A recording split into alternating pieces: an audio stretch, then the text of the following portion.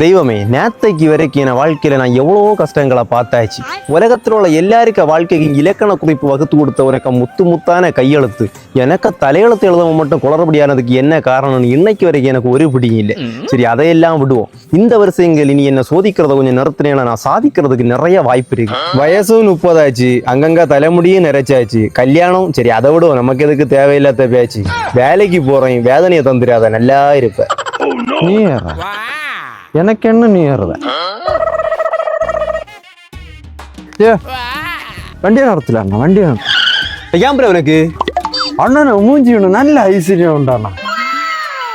அண்ணா அண்ணா ஒரு கட்டி மட்டும் போட்டுப்பா, உன்னான ஜில்லியனை போற காரியம் நல்ல நடக்கும். இல்லைங்கேரு, நான் குடியை நிறுத்தியாச்சு, இன்னத்தோட திருந்தியாச்சு. நாளை தொட்டு ஜிம்முக்கு போறேன், மத்த நான் கம்பேக்கு தாரேன். எதுப்பு அந்த ஆளு கொள்ளலாம் மாறுதல வழி நடலன்ட்டு. அப்போ okay sir, good morning sir. Mister Ajith right? ஆமா சார், சாரி சார், கொஞ்சம் லேட் ஆயிடுச்சு சார். அஜித், நீங்க தப்பா நினைக்காதீங்க, நாங்க வேற எம்ப்ளாயிஸா வேலைக்கு எடுத்தாச்சு. சோ நீங்க வேற கம்பெனி பாருங்க.